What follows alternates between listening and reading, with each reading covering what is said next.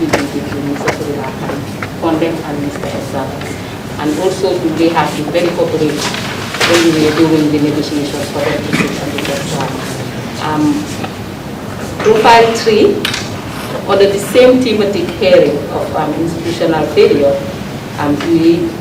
we have Mr. Ibrahim Jame and Malang Tamba, who also were involved in the torture of Mr. Surila Condem and Mr. Lamin Jah, whilst we were in detention, and Mr. Fali. So both Ibrahim and Malang had requested, both the perpetrators have requested for the reconciliation unit to facilitate the reconciliation between them and their victims. And these are the 3 profiles that we have. We're going to reconcile this morning.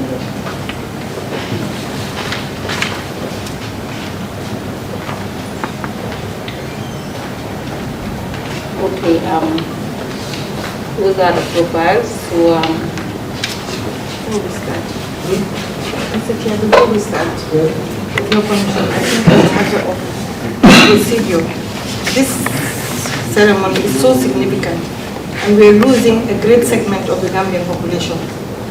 We're only speaking English here, the translators are not here, the interpreters are not here, but I think Tabu can say what she read right now in Wolof language. Unfortunately, the sign language people are not here, so we are losing important segments of society. But at least we can have some people understand what is happening here today. I think it will be very helpful. Mr. Chair, with your permission? Yeah, sure. It's a good information. Yeah. Jërëjëf anti liñ fi comme ni ko anti waxee rek pour ñi nga xam ne ñu ci biti xam lii xew fii tey mooy tey dañ fi dajaloo pour ñi nga xam ne ñoo tooñoon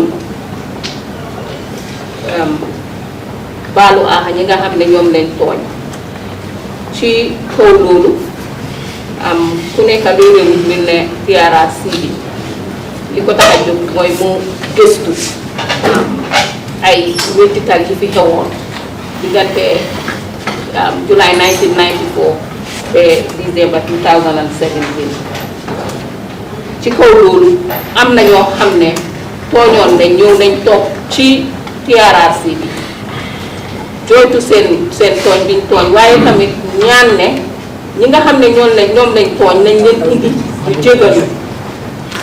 jégalu ci ñoom ci tooñ biñ leen tooñoon so ci kaw loolu réconciliation unit bi unit bi nga xam ne moo amee waali jubali bi waali déggoo bi ñu delluwaat ànd ak jóg tamit dox ci tànka yooyu noonu ba mun a dajale ñi nga xam ne ñoo involve ci lii ñu toog fii tey pour mun a jégalante baalante aha ànda so suñ toogaay tey loolu la dinañ ko def nag ci ñetti groupe ñooy ñëw bi njëkkee mooy diggante Major Aboubacar Ba ak Mr. OJ Jallow nga xam ne bi coup bi amoon ñoom Mr. OJ Jallow téyewoon nañ leen te am na ay métital yoo xam ne def nañ ko te Major Aboubacar Ba bokkoon na ci ñu bu koy jégalu ci Mr. Omar Jallow so dinañ njëkk a am Soriba Condé moom tamit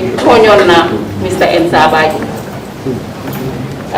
waxaloon ko wax yoo xam ne du woon lu am so ci kaw loolu moom tamit ñaan na commission bi ne nañ su mënee gis Mr. Ensa Badji mu jégalu ci moom loolu dañ ko dina pare pour toog so ci kaw loolu demoon nañ seeti ko moom tamit seeti bi bu xam Mr. Ensa Badji tamit ñoom ñaari nangu nañ pour ñoo toog ñu jégalante àndaat beneen xaaj bi dina nekk ci diggante bi wolo ani du mo bedde jambi lafta nata non ko banto TRRC nila hakko jininka hatu ye tone o toniro men ye toniro ke abe men toni wolo be jambi folo medo ba ani alaji OJ Jallow medo ba ya tonin ay toniro men ke aya fuli mo be amo dura be amo ay forlake katu ay ben ke aya fuli ama mu ko ma sandi wato sita pour ay na ay mu ko te ka ko ha tena ndele ñu kenu ba ñu lafta be yamma o jesi yamma mo mo defana si yamma katu dum mbere be te ko fulan jago wala ñu kondeti anin ensa badi aya toñe a fele jam TRC meeting to janko ay fani abala ko ala yake ya so yo so do awan bono ala so do fo sita fo sai anata kote ka fo ko ha tonya ndaga toño le ken lefta ali esa klinya ay nanga ben to jambi musa hakobo o donga ko komanto dum mo beya moy bari yin siro yere to be to fala kayita ko ha kam fami be men to be bala ate fawti me yawo ko ya te toni ka ko ha tonya juso natale ka to tonya yen bala friya yen toni e ko balan kan bari ala yake mfuti de kayro ko muslimo wala hakko ni mo e toni sisi kote ke se fanjude mi ye toni fa wo fa sa fanjude asi hakko ba nyoma ka tu toni wo ka bayi bari dum be toni woke akala kan ya yita ka fa ko an daga fa mu nte sonna nte manke nte man feke wallahi an feke ni mo na ta ko mo dura be ya ka fa ko ha nte yireke isano ko tonya esa ko ma bi ngi ki ya na ngi fo ko bi do be jam ni konde asi kacha asi ko bodoya ben ka ni ma ti ala sino ko amor ka fondi ka ben ka hawala ma ala me la ni mo ma la ni ko do mo le dake bari fota mo fota dita ta isita fo ya lo ye to e murta ko mo to wona ta sama jaw wala jameti anin tamba ni fana ye alaje jam anin konde to ne ba anin modo do hakkabi bije mambala imam so bari mondo ala be hakki do diwa ko te do fana si ko te sa lo ko ya to ya ni be kata afota ni be ya la mo be ya mo o to ni to ya le defal fo mo ko na sayna na hakko bo mo katu ni hakko amman ke ni be to ko fo bele ben to le be jambe ja ni mo ni to ni ko jambe ko be to ni ni mo re nyan to ta e jambe yo be nyan to be ta o to yin jamano ko sai de to be chairperson vice chairperson of the TRC commissioner be janni a be le ko ni dia modo ani ni kacha be kan sai because the way na kacha la sai do man killing ke membe le sondo woto isa fo mori amoy won fana ye metro ni men yana ko sai ye sondo mo city ka son ko ha to nya ye to nya le bari alhamdulillah ngala ten to man fa ko banati ndo tiya sila do ko chama ko le biya ko to the very essence of this gathering, where the actual act of seeking forgiveness and to be forgiven is what we're going to do now. So I will call on Mr. Abubakar.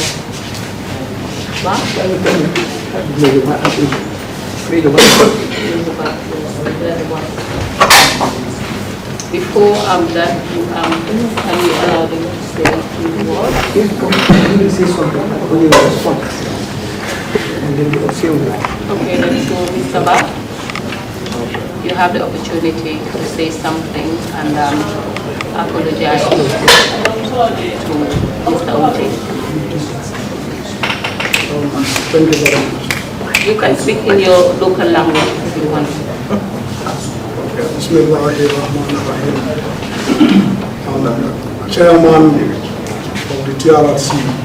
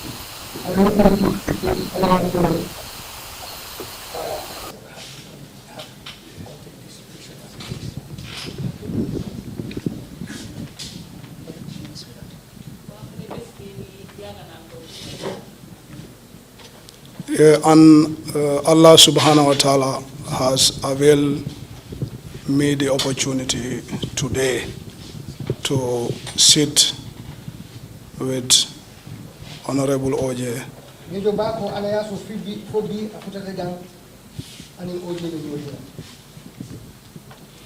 in the presence of the TRC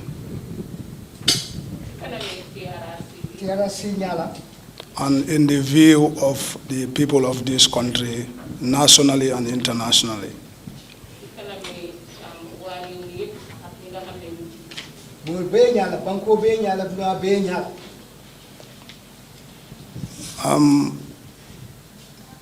We are human beings, like I said when I was testifying.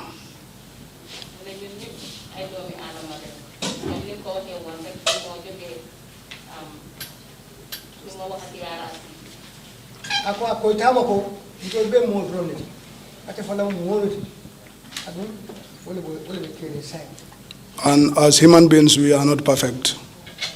That's the meaning of our name.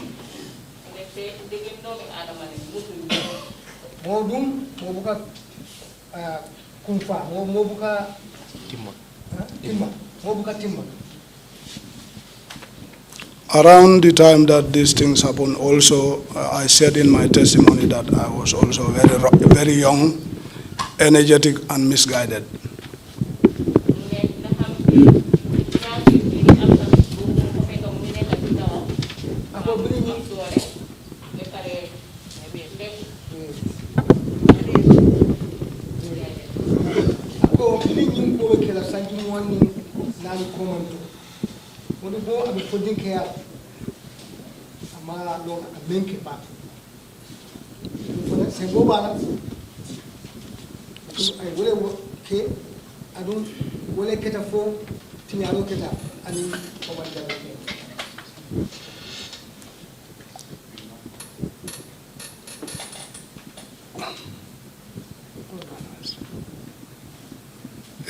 Yes, so as a human being, when you commit a mistake, you should not hesitate to correct yourself. because that's what Allah wants. If you make mistake towards God, you have to repent. And if you also offend people, if you are a genuine person also, you should not hesitate to correct your mistakes. And this is why I made mention of my mistakes, and I want to correct them today.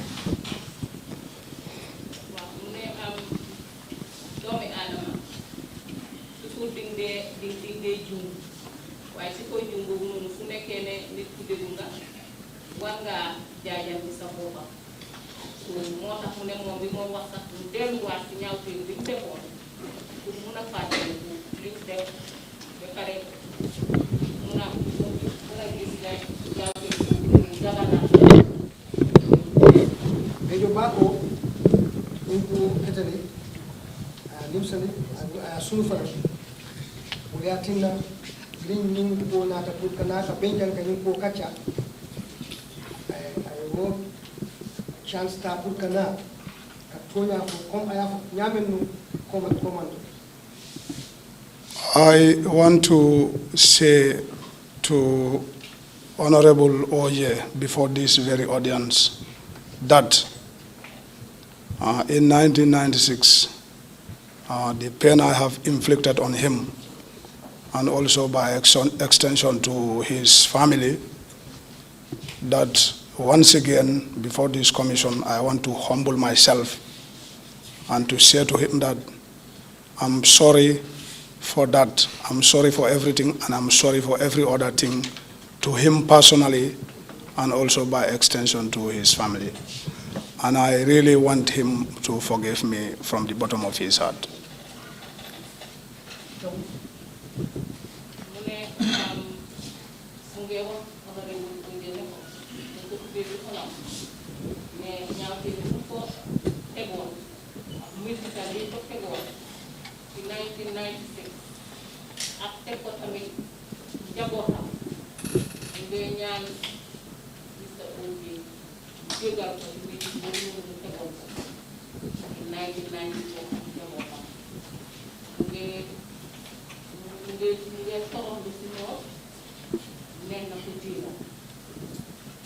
Bako, 1996.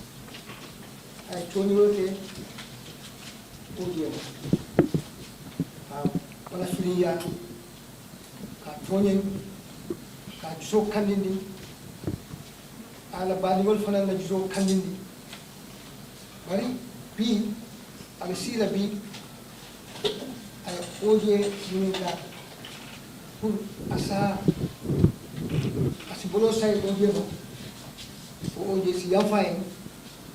I mean, Kala, and if you come far from many of the Telephone, who basically Bobby, Salongo, Mubuka, Kufa. But near Aleki, Tony Roti. I don't get a Tony Lati. I don't always avoid what I move of Coma, Capo, and Nabolo Salma. About Polaco, Ojeko. I finally want him to understand around that time that, there was a lot of misinformation about him and, the situation around that time. And as a result of that, I didn't use my mind to verify whether it was truth or not. So, but then nevertheless, once again, I want to apologize to him, and I want him to forgive me, and I want his family also to forgive me from the bottom of his heart. Thank you.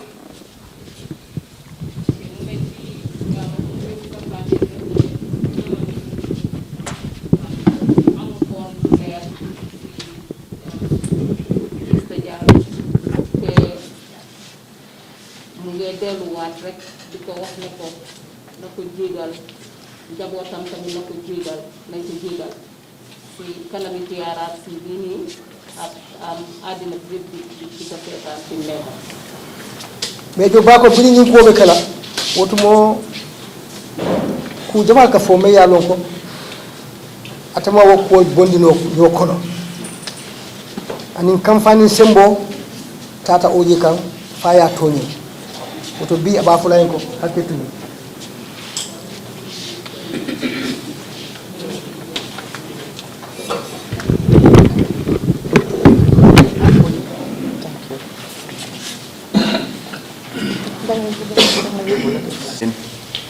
all make mistakes. And then if we are believers, then it is our responsibility that if that person comes forward and accept his or her faults and beg for forgiveness, I think as a believer, either a Christian or a Muslim, you are required by your religion to do that. I also come here and found my son here, Jesus, whose father is a childhood friend of mine in Sibanor when I was posted in '69. And I know him very well, and I know he will like to have peace and stability in this country. And to the press, who plays an important role in the development of any country, particularly if we want to make sure we stabilize a country and make sure that country has peace and stability. Those who are from the prison, particularly my nephew here, Lamin Jah, and the officers, I thank them also for coming. But Mr. Chairman, I think this is one of the most important gatherings that you have so far organized in order to bring not only reconciliation in this country, because to bring peace. Because peace is everything. Without peace, we can never go to our mosque or our churches. Without peace, there will be no development in any country.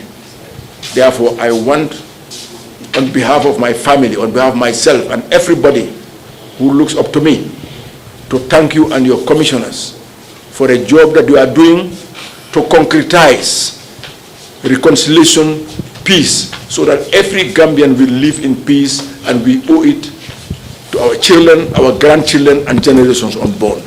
Thank you, and may God bless you, and make sure you successfully complete your job, and Gambians will adhere to the recommendations of the Commission. As for Boubacar, he's my nephew, he's my son. His eldest brother Usman is my very good friend, and they are the same mother and father, from Nyomi, not so?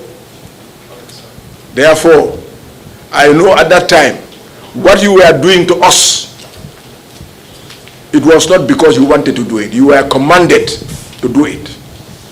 Because those who commanded you were there standing, watching whether you will do what they ask you to do.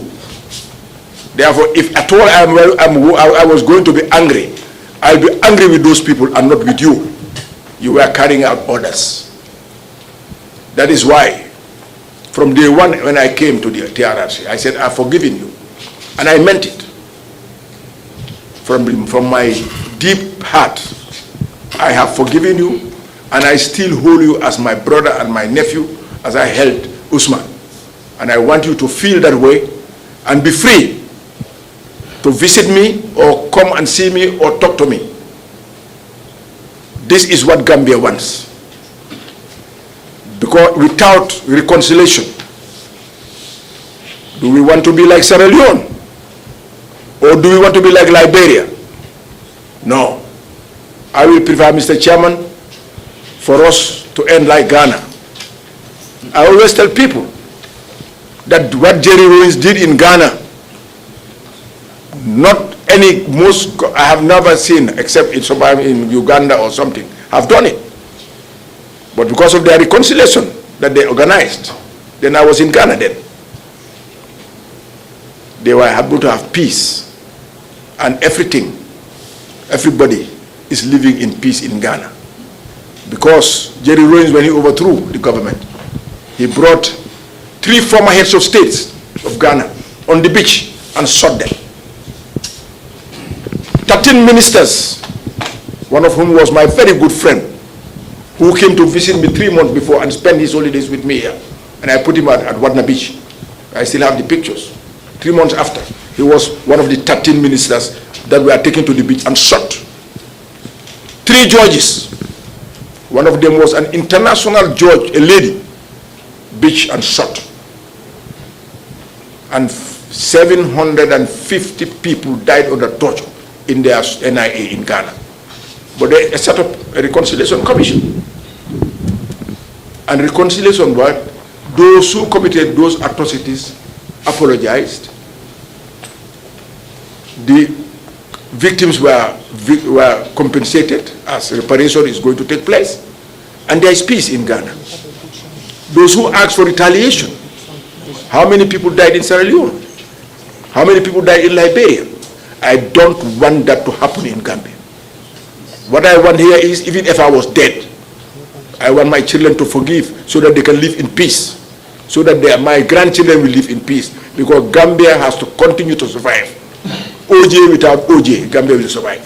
And I want Gambia to survive and exist in peace. Therefore, I am telling you, Boubacar, that from today, know that what I said at the TRC, I meant it. You are part of my family. Come and see me, talk to me anytime you want. And I will personally appeal to the chairperson that Lamin Jah and Soriba, they have come and cooperated here. And we have heard what has happened to them. Unfortunately for Lamin Jah, the mother was my sister. And the eldest brother of the mother, Joseph Bassian, is my first friend in life, you know him. And his first child was named after me. They are Catholics. But his first child is named Awa, and she goes to church every morning. And that's the sister, the mother's eldest brother. I think also I'll appeal to you people. What has happened to them is enough. Let the TRRC also appeal to the president for them to be giving some presidential pardon so that they can continue to live in peace with their families. The mother passed away in his absence. The mother, elder sister, 2 weeks ago, the 40 days, who was my personal friend, Jame, also passed away. So I think he suffered enough. And I think the TRRC have a role to play in that. And I appeal to all of you, Mr. Chair and Madam Deputy Chair and Mr. Imam, if we can do something also to help them and to forgive the officers of the prison that have also perpetuated these things on them. As Mr. Boubacar said, you are human beings. And at that time, we were under command, and everybody knew at that time the situation that was happening in Gambia. Nobody has lost sight of it. And on behalf of my people whom I was in the detention camp in the Fajara barracks for 13 months, I hope all of them will hear your appeal and will forgive all those who has extended those difficult things on all of us. I thank you very much. Thank you, Mr. Chairman. So, bala marek yo mala gana de golof.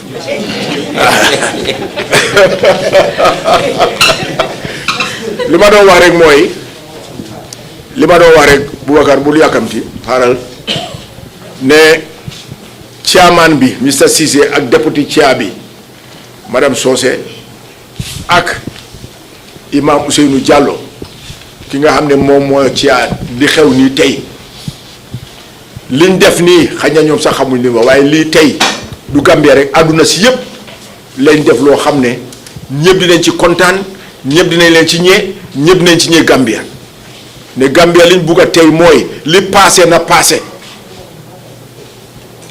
ñu gis naka lañu défé bi nga xamne jamm am ci réew mi di té ci biir jamm la lepp hecc su jamm amul kenn du mëna topp yalla du ci cooj bi du ci jumaa ji su jamm amul kenn du mëna liggéey kon nak ne leen ñaan ñi li ñoo liggéey yalla def ci liggéey bi jamm be nga xamne bérek suñ paré li nga xamne mom lañ wax ne loolu la nguur gi wara def nguur gi def ko pour jamm joju continuer kon nak ma ngi gërëm ci amane bi ak commissioner sami seen liggéey bu rafet bi surtout tay li ngeen ñu o fi pour ñi nga xamne toñante nañ woon ñu def jamm seen digante mo wone nak ne ñëw naa fekk fi suma doom muy Jesus mi toog maa papaam xarit lañ woon ba ma nekkee si baanoo ak yeneen suma ay jarbaat suma ay rakka te foog naa ne kon ñoom ñëpp liñ toog fii tey mooy pour def jàmm taxaw ci réew mi di te ma ne leen jàmm mooy lépp fu jàmm amul surtout fayu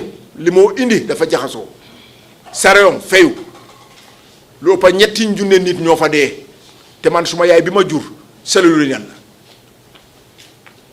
man suma raka bi toppa ci man dañ dem holiday Sierra Leone mu dee foofu waaye man gis naa li dal suma njaboot gi foofu ak li dal suma mbokk yi foofu ndig te feyoo ko indi Liberia lu ëpp ñeneenti ñu ne nit ñoo fa dee ndig feyu waaye Ghana li fa xew ci li fa jóoree loolu ñu defoon amul président bu ko def Afrique fii waaye toog nañ waxtaan li ñuy def nii waxtaan isi jàmm ñu toog waxtaan nekk benn jégalante Ghana ci jàmm ñetti ñu ne ni deewu fa ñeneenti ñu ne ni deewu fa kon nag ñun tam ne leen gis ne jàmm doxal nañ ko ci réew mi gannaaw ñun sëriñ lañ ak gourmet te ñaari diine yépp jégale la wax dicté dañu won yoo xam ne def nañ ko suñ yónneenti sax waaye yónneenti suñ toppoon seen bopp seen li leen ñoo ñuy def dañoo rey ay téeméeri nit waaye dañ jégale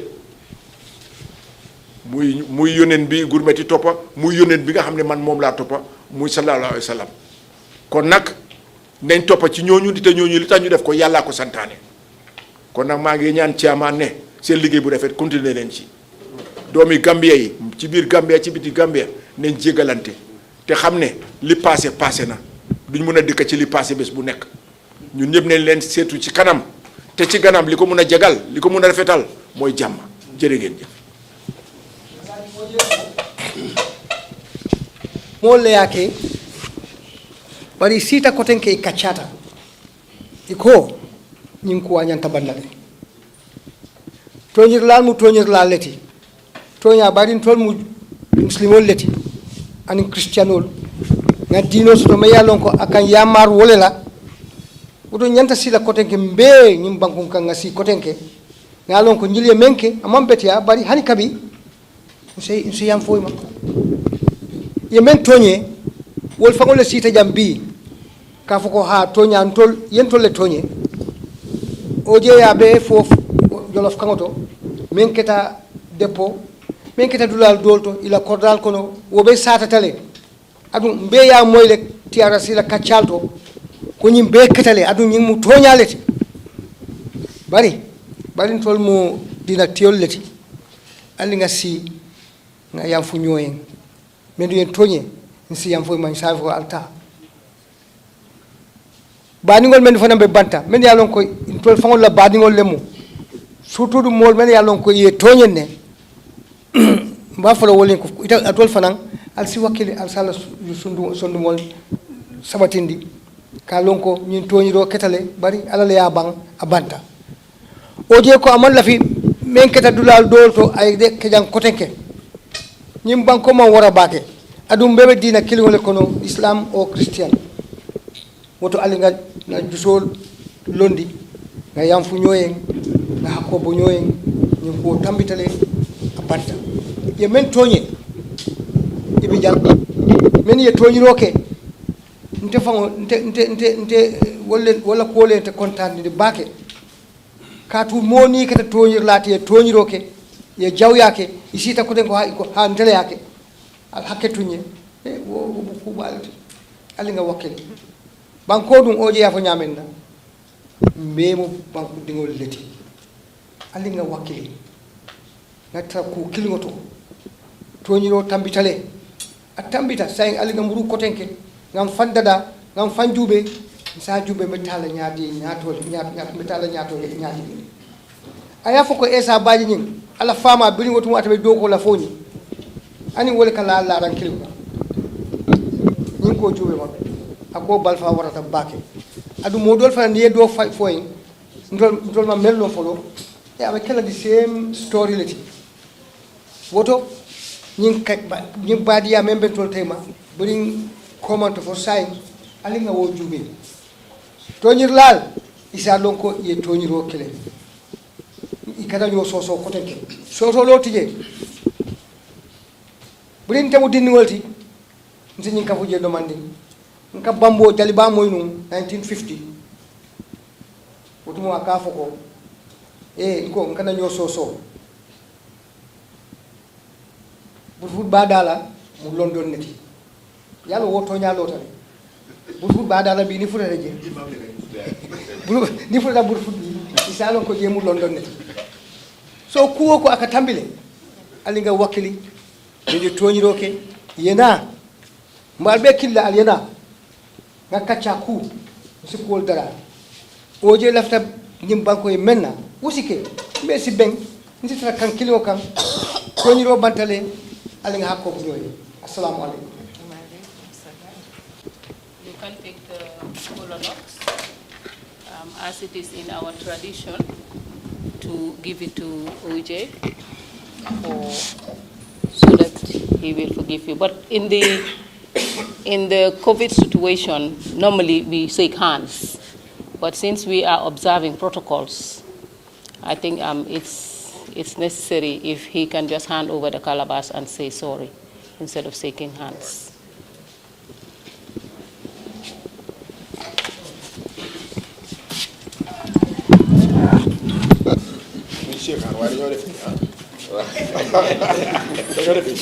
Good. Thank you very much. I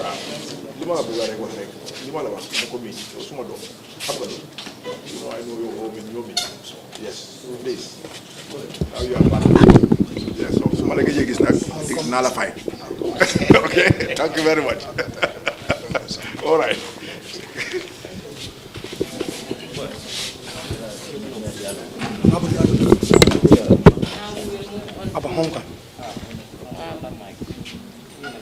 Suriba and Mr. Jesus, Mr. Ensabaji.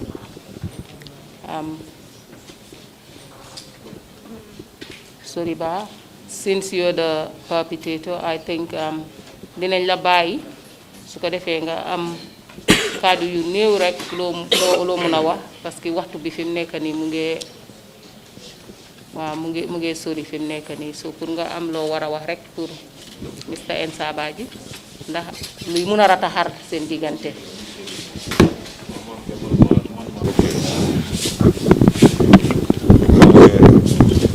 maa ngi nuyu kilifa yëpp mbooloo kilifa bu fi nekk maa ngi leen nuyu Kiaman ak député Kiaman kilifa ñu fi nekk yëpp maa ngi leen nuyu so man dama amoon mistake sama diggante ak sa baay yàlla nit ku bon yi ñoo tax ba ma taxaw yaxa ko so yaxa boobu since 2009 ñun ñoo nekkoon si kaso man Isa sama mag la am naa fu mu ma taawaloon bu dul moom dinaa doon teel a kaso boo pani sax bu dul moom ba mu ñëw si kaso bi tamit man maa nekk first person ku ñëw pour defar néegam after nit yi dañ ñu jaase sama main buñ jaase sama main ma dem taxaw si code fenn lu nga xam ne ci kawam du dëgga man te bu mu jot daal dama yàkkante te jot waaye dama xat si sama biir lu ma ko def su ma war a dee noonu du baax si man since maa ngi jànjambure dama yónnoon office si moom sax ma ne ko daal dëgga ma ngi ko jégal lu ma ko doon jégal tamit lu ma ko tooñ dafa métti bente tamit ma ngi koy ñaan mu jégal ma man sama wax bii du sori man maa ko tooñ lu ma ko def tamit dama naxari xolam naxari xol mbokkam yi so ma ngi koy ñaan mu jégal ma ngi ñaan mbokkaay tamit ñu jégal ma Ensabaji nekkul nit ku bon si man non bu doon nit ku bon la si man dinaa ko doon xam mais kaso bu may tëdda ni wax naa leen bu dul moom dinaa doon tëdda kaso du ëppali sax ma ngi koy ñaan daal sama mag la na ma mu jégal ma daal ngir yàlla lii yàlla moo ko doxal nii mais tey daal tey dama kontaan bu ma kontaan bés bu ma ñëw toog tiyaaral si ba ma wax bi dama kontaan bu nga xam ne dama kontaan bu nga xam ne since bu ma génn si àdduna bi daal musuma kontaan loolu ba dama fen si kaw doomu adama ba pare ma ngi toog ci kaw loolu su ma ko xalaat rek dama fiil lu nga xam ne baawul si man so kilifa ñu fi nekk ak moom daal ma ngay ñaan ma ngay jégal daal ngeen waxal ma ko moom tam mu jégal ma ngir yàlla sama broda la sama koto la mu jégal ma loolu la no na diamo ke ate jamfala de man la pi ay jamfa bantele to ntele tonyoro ke momen tonyoro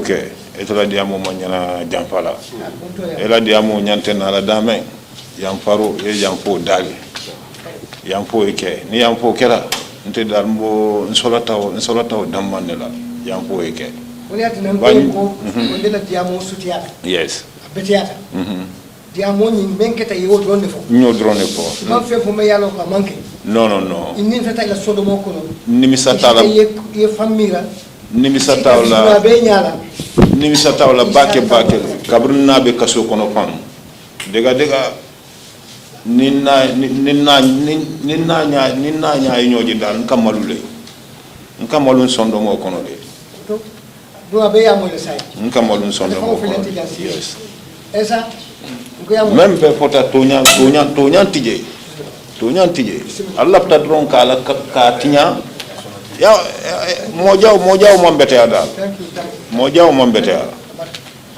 Allah ta tinya la le dron mente ni na manke bete ay men kenye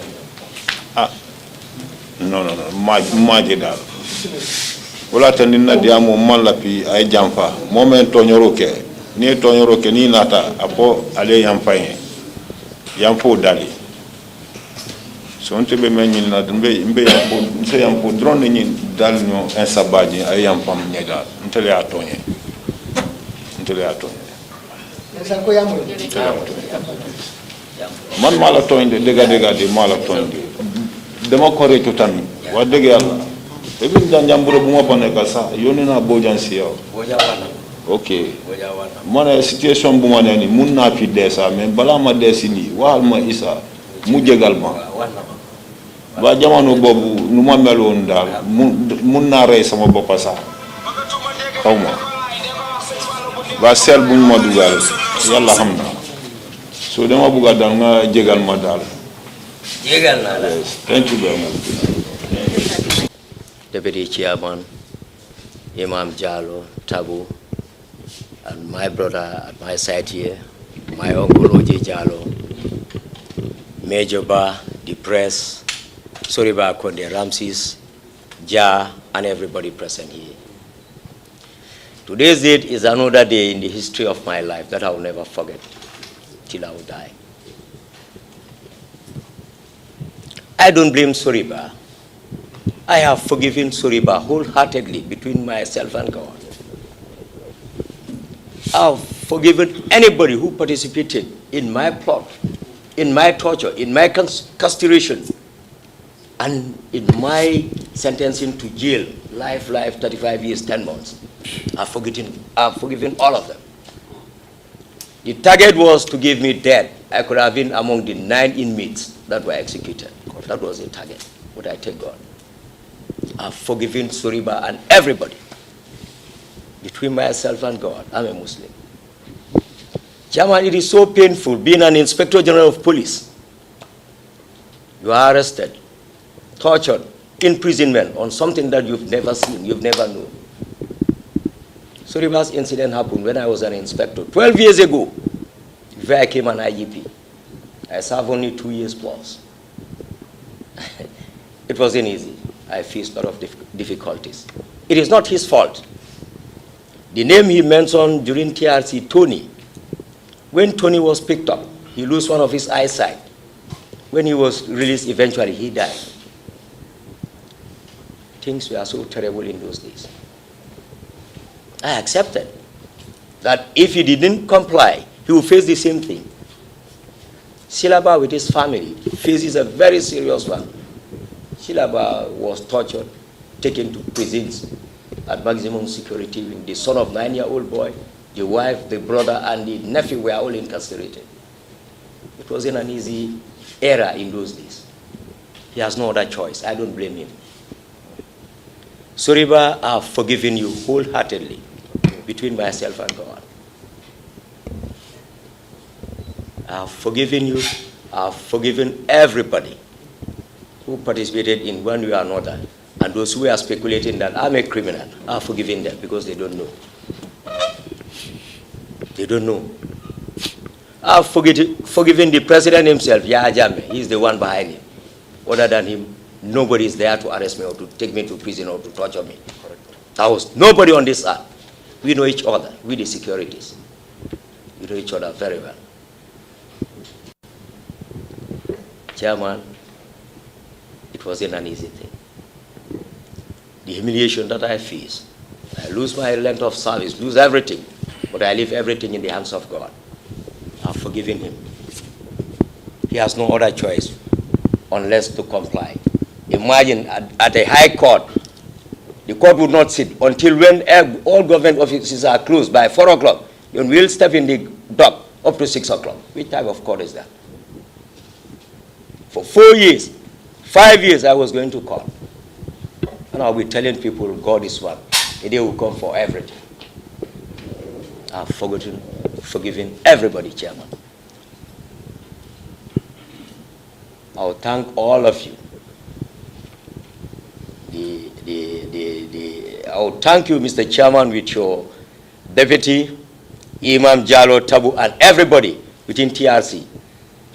I would like to thank Issa Fall very well with his team, with the investigators. Without you people, the truth could have not been so fierce. Some would look at me as a criminal. I have kids. My first son is a lawyer. When I was on trial, he was so embarrassed. But he knows that the father is not that type. With my entire family, I suffered a lot. I suffered a lot. Mentally, I suffered a lot. But I have faith. Chairman, without wasting more time, I would only appeal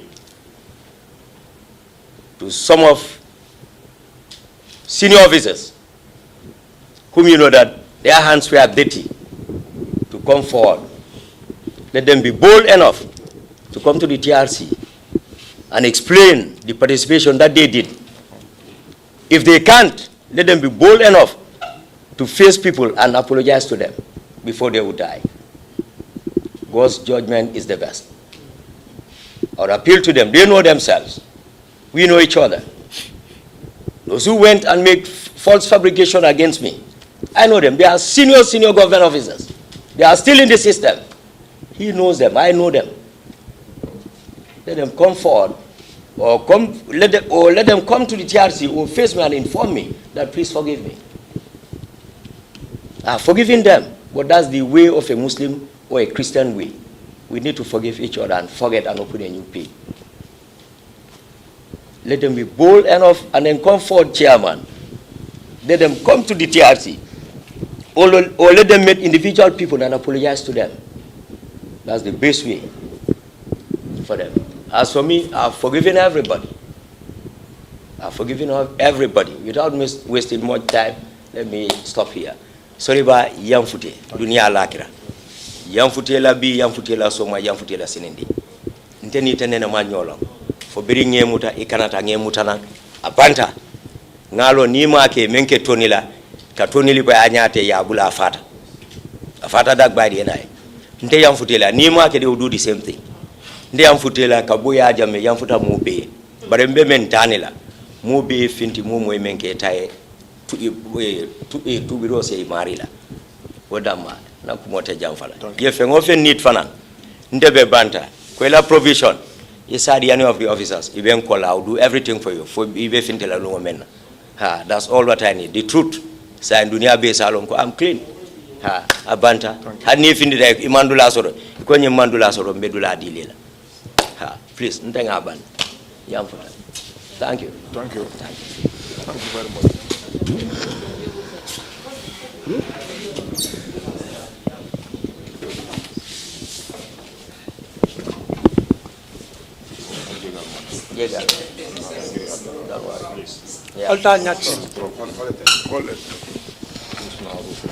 It's okay. It's okay. It's okay.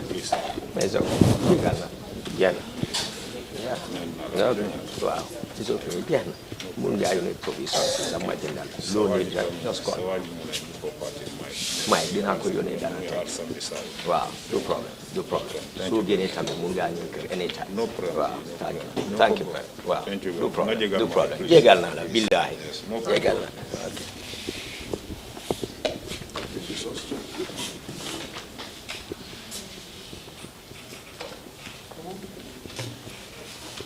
Thank you very much, Suriba. Thank you very much, Mr. Elkawadi. The next profile that we have will be between Mr. Ibrahima Jame and also Malang Tamba, who were involved in the torturing of Suriba, Ramses, and Laminja, and Palu during their detention at the State Central Prison. Both issues.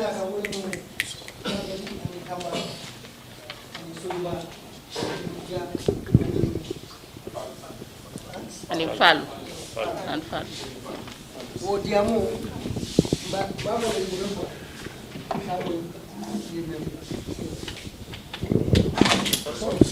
Alhamdulillahi Rabbil Alameen. Alhamdulillahi Rabbil Alameen.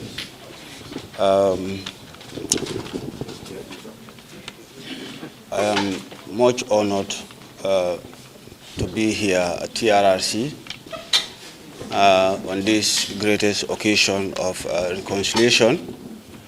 I will first of all thank the chairman of the TRRC, Mr. Sise, the deputy chair, and all other members in TRRC here, victims, and equally the press. I'm delighted to sit here and seek for forgiveness from Suriba Konde and Laminja. I know it was not easy, as I said here on my testimony, that based on anger and certain things, satanic enters to me, and then I have acted on that in that way. So I deeply regretted my actions towards them, and I need for them to forgive me of my own actions. It was not easy, as I said here. They are the first people that I ever have problem with during my career as a prison officer. I've worked lengthily, almost 20 years in the prison services. I've never had any problem with any individual, both prisoners and prison officers. They were the only one that I have problem with on that fateful day. So I don't have much to say here, unless to seek for their forgiveness, to have something, to have it in their heart to forgive me and my colleague Tamba. Thank you very much.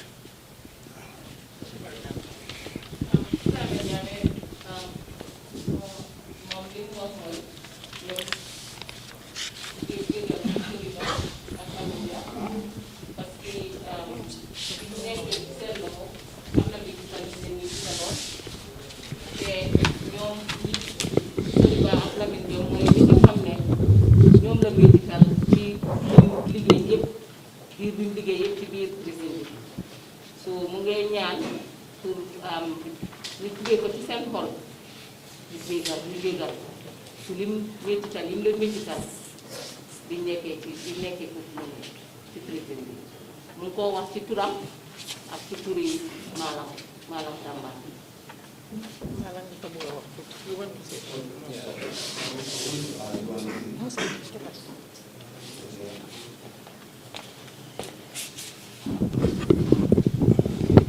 I want to add one thing here, which I believe is very important.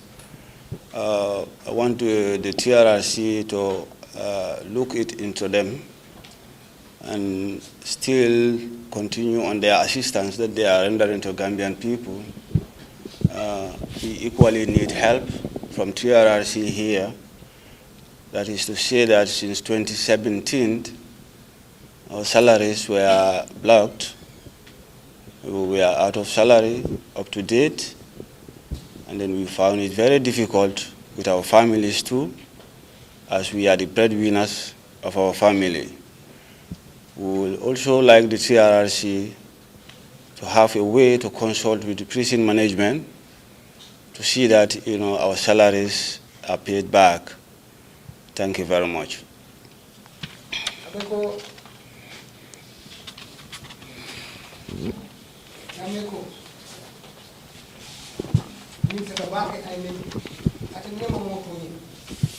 I study more when prison the Boko and you don't know for me. Be a done la put is young former. I make it. You are forced to put a kid. Now I can to the Kudola la Kandi. By saying, we wait a bit. Make it a keda. I'll say to try. Listen.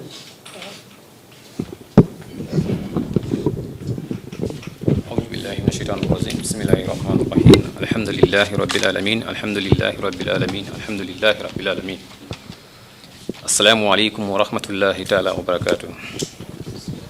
Mr. Chairman, Vice Chairman, Chairman of the Reconciliation Commission, and all other press personnel, audience here present, my victims, and any other persons here in this gathering. I greet everybody. Here today, my words are not going to be much. Where I am sitting right now, whatever I'm going to say is only same. It is so shameful, so sorrowful for the Gambian people to entrust you with an office that taxpayers are paying you and you break their trust. It is very painful. But we did it. We break the trust of the Gambians by doing whatever we did to Soriba Conte, Lamin Jah, and Fallou Cissé. Maybe in one way or the other, personally, I have offended other people knowingly or unknowingly who have not come out here. I am asking for their forgiveness.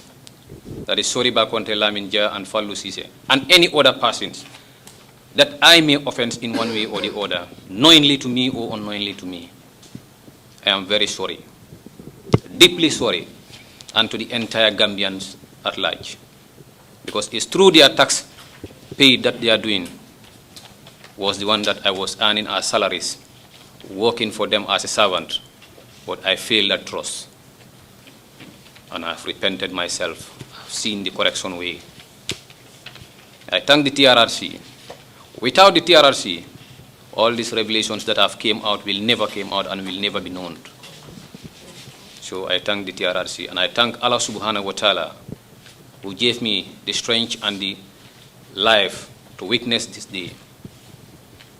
They could be dead, or I could be dead by now. And these things will never be revealed. But in the day of judgment, none of us will cross without being judged. I fear that day very well. This is why I appeal to the TRRC to help me so that I can face my own victims, apologize to them, and any other persons who I may have offended in one way or the other, knowingly or unknowingly, to apologize to them. It is never a pride for me to stand here and say I am very sorry, but I am very much ashamed of myself, definitely ashamed of myself. I said to Soriba Konde, Lamin Jah, who always calls me uncle, I am very much sorry. Fallou Cissé, in the prisons, he never calls me by my name. He always calls me that's the name that we normally call each other. Even the time he have been discharged through pardon, that's the name that we normally call each other. Looking at them today, facing them and looking at them, is not something easy to me. But nonetheless, I have to take it. I did it, and I accept that I did it, and I'm asking for their forgiveness. Let them find it in any part of their body or hearts to forgive. From they themselves, to their family, relatives, loved ones, let them find a place in their hearts to forgive. Definitely, I did something wrong to them, and I realized that I did something wrong to them, and I want to apologize to them. for them to forgive me. I thank you, sir. fay moom la moom te ñu ko cee fay dénk ko place boobu la jël jalgati aha ak yelleefi Soriba Lamine ak Fadou so si kaw loolu noonu mu ngeen a jégal ngeen jégal ko tubee ko si seen xol ñu jégal ko te yàlla tax te mu ne mu ngeen sant yàlla si fekkee bis bii nii parce que mënoon naa dee kenn ci ñu tooñ tamit yàlla mënoon naa jël si sa xel waaye dëgg yàlla def na ba ñu ngi toog tey ñu jégal sant yàlla bu mag la waaye ngeen jégal abe ko kamba min jamme men fo be yam fo dan la konne ja ani fallu ye kuruya men la ikam tonde ro kan din ko men keda el alten to bake ale so fo bi be sirin jang ti ara si jang kala bolol sayama wo ku baleti ikono iko ikeman mo do toñe namanke altonti ito men non adu ngamira wo mu toñati katu ye mejita tiara sial ala jang nya be nya ko to jang wala mu ye sunoni nin sosoto ko ye menke molle yake fo yake ye kende la le ba nyata to dom la sawole itake la wadi mbeya no me be kere mu woto al danila al siyam fodi bismillah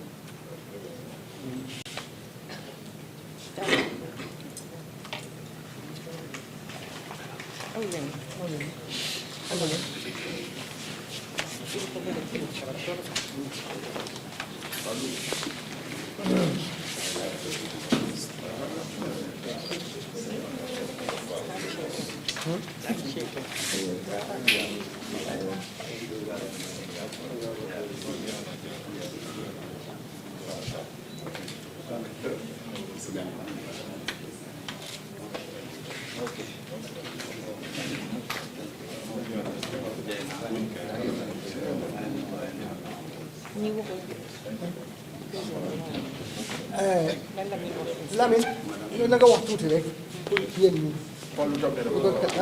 Fall yaay wax ok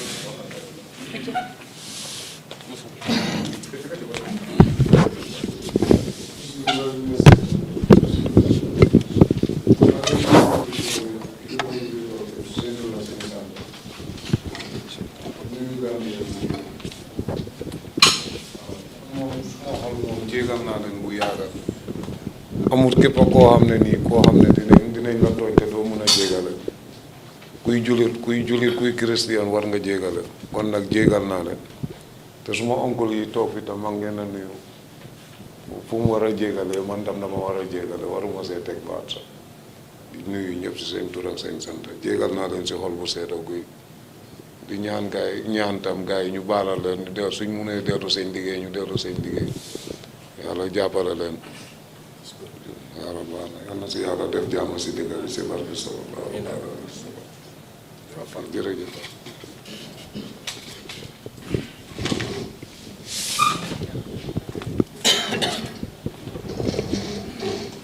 Assalamualaikum. I speak for English. Okay. maa ngi nuyu bu baax a baax ñi ma fekk ci jotaay bi waaye li ci njëkk mooy damay sant yàlla bu baax a baax to witness a grateful like this. I start with Mr. Cissé sama doom baay la dama ko dee toppa on QTV every day.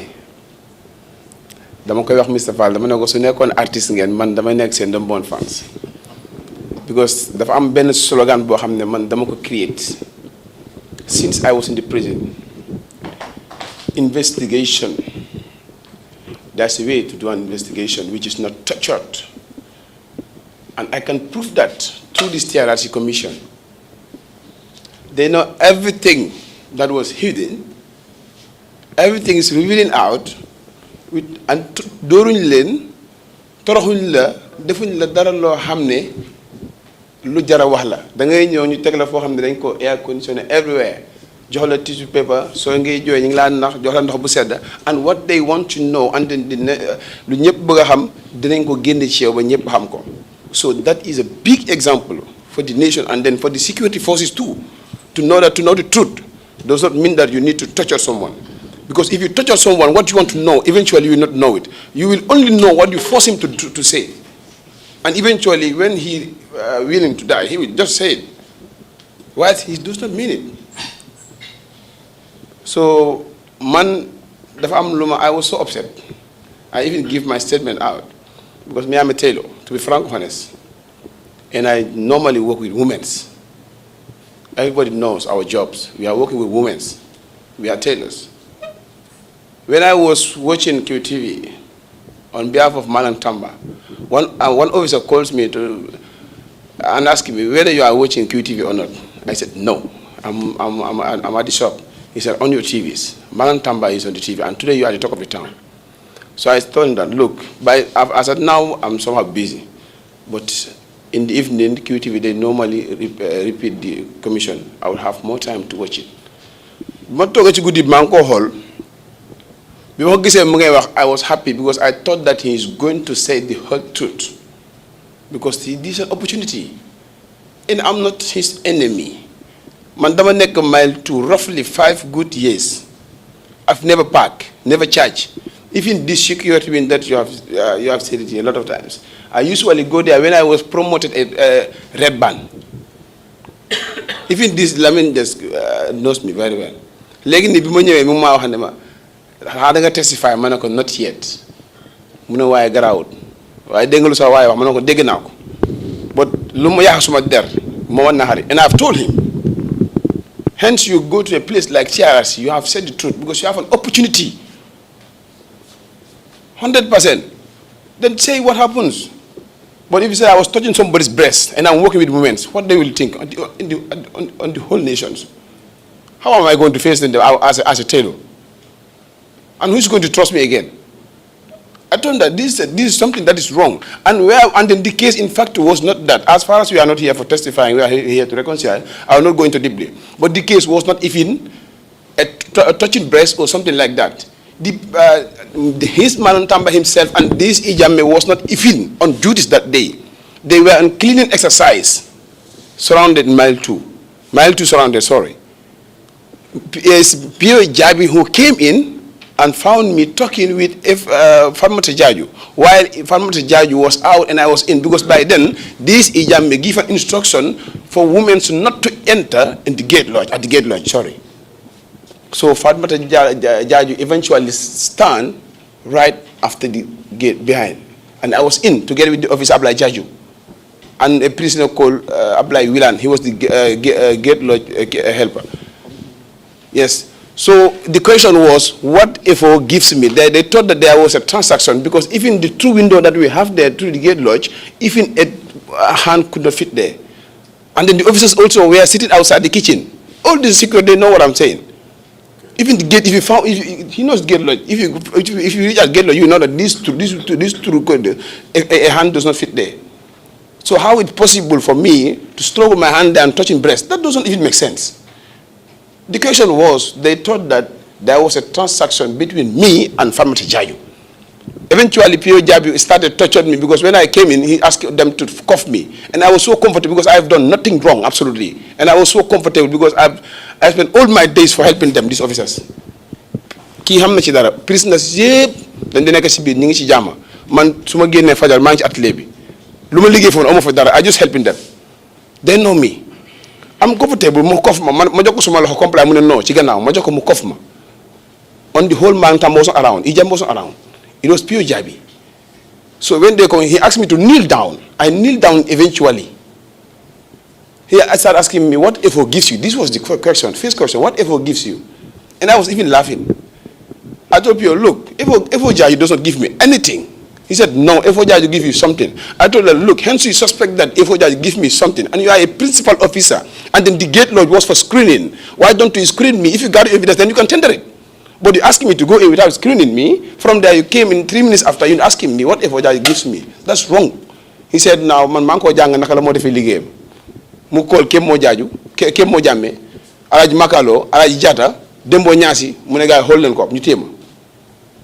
Mu start di mo dor, ba mu yëkëté mu laaj manako joxuma dara. So mo may dem man nga wo Abdoulaye Wilane, bam ko Abdoulaye Wilane mu confirm ne ko fal fofu wax joxe amu fa. Dañ doon wax rek nuyo. Malantam Mbaj bobu la ñew mom in from the clean exercise. It was on Saturday. I could fully remember. I'm having everything on records. Munyo, mu call Abdoulaye Wilane again, Mom Mantamba, to confirm whether Abdoulaye Wilane, what he was saying is true or not. Abdoulaye Wilane eventually confirmed that there was nothing like transactions. There was only greeting each other. So Mantamba, digul statement from Nyewede.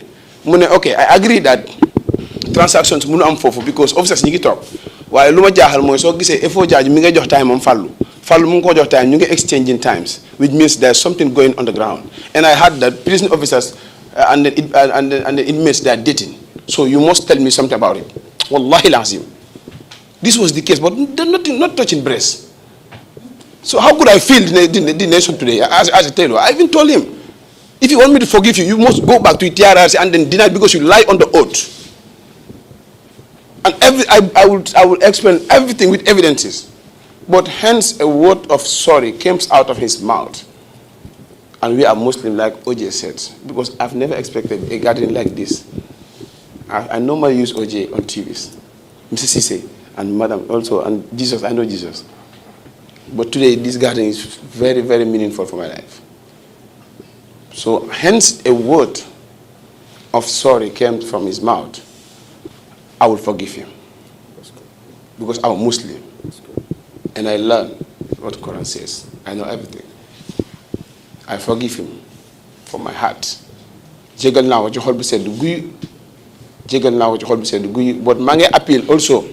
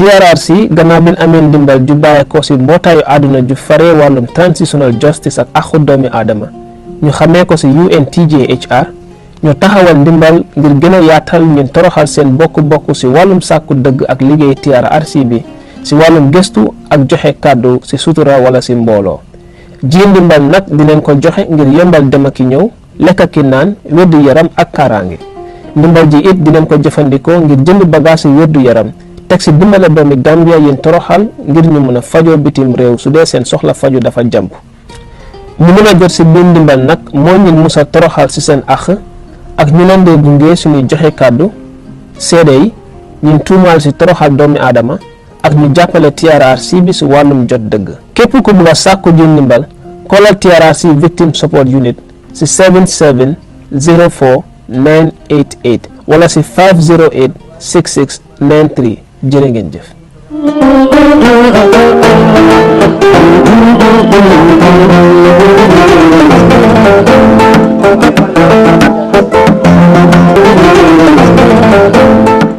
gaaw na te yomb na 2020 census bi nag dina jël ay waxtu yu bari pour nga jekkali ko kon nag mu nga fexe ñu compter la yow ak sa njaboot